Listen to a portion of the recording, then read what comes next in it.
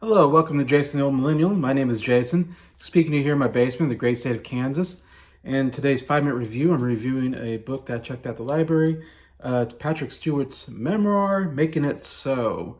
Autobiography by the great Patrick Stewart, Sir Patrick, you can call him. Also, obviously best known for playing Jean Luc Picard on Star Trek Next Generation, and Professor Xavier in the X-Men movies.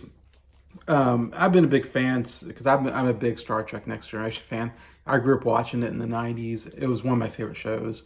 And I always thought Patrick Stewart did such a great job. He's my favorite captain, to be honest. I even like him better than Captain Kirk in the original, which is obviously a great one as well. But I don't know, he always had a great, of course, I thought he was a great actor. He always had just a great demanding of the scene when he was, on. Probably a very serious captain most of the time. But yeah, I think it really worked well with that series. And he was great. And then of course, his work with the X-Men has been great. He's a perfect casting for Charles Xavier for that role as well. So it was interesting reading this. Of course, starts off, he's born in England and grew up in kind of a poor family. Father was an alcoholic and abusive, all this stuff. He started getting to Shakespeare when he was young in one of his classes, and kind of fell in love with Shakespeare. And he talks about Shakespeare a lot. He's a big Shakespeare guy. Not surprising. He's from England. He's into Shakespeare. It seems like all these great English actors and actresses are great Shakespearean actors. Anyway, so some teachers said, hey, maybe you should try acting. You're pretty good at it. And so he went on, which he was like, acting? Who does acting?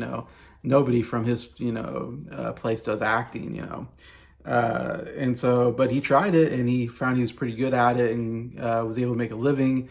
And so most of the book is, it's over 400 pages. I mean, a majority of the book is about his stage acting, of course, because most of his career has been stage acting. And his biggest thing was in being the Royal Shakespeare Company, which is a really big deal in England. We do a lot of Shakespearean plays anyways, like I said. And so he was really good, very successful as a Shakespearean stage actor, and it's what he really loves to do. And so one of the issues I have with the book, I would say, and it's no problem with Patrick Stewart, it's just that I'm more interested in the Star Trek and the X-Men stuff and his movie roles, but it's about 300 pages in until we get to Star Trek. So you have to get through quite a bit of his life, and no offense to him, it took him till he was in his late 40s before he got famous.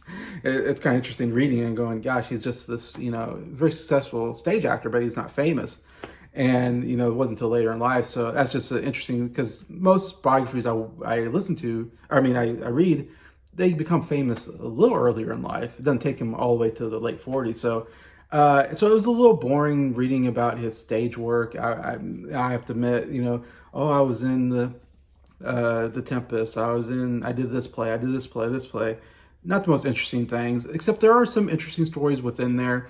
There's specifically one really good story with Paul McCartney because he acted with Jane Asher in the play, and he got to spend a night with Paul McCartney, which was a really cool story. And he had some other stories where he came across other famous actors and during their stage work as well.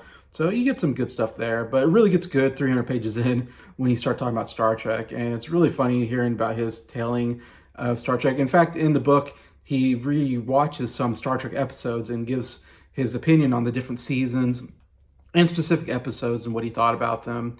And it's funny because he was very serious as an actor and a person, and everybody else was kind of joking around, and he was like, let's be serious now, for the first season or so. But then after the first season, he realized he was being a little too uptight, and he had to kind of, joke around with the other crew anyways, and got along with them well after that. But anyway, so yeah, that's definitely my favorite part, is just hearing him talk about Star Trek and his opinion. And it's funny talking about the movies, because he kind of like me, First Contact's the best movie, and he agreed with that.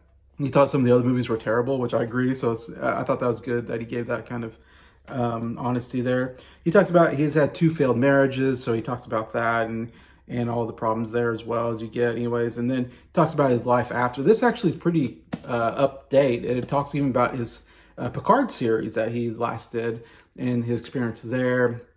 And yeah, he's in his 80s now, and he's doing pretty well. He's got a third wife that they've been getting along pretty well. He says he still loves acting and still wants to do more acting. So man, it's kind of cool that he's in his 80s and he still wants to do more. Anyways, but yeah, overall, obviously, if you're a Star Trek fan, yeah, it's a must.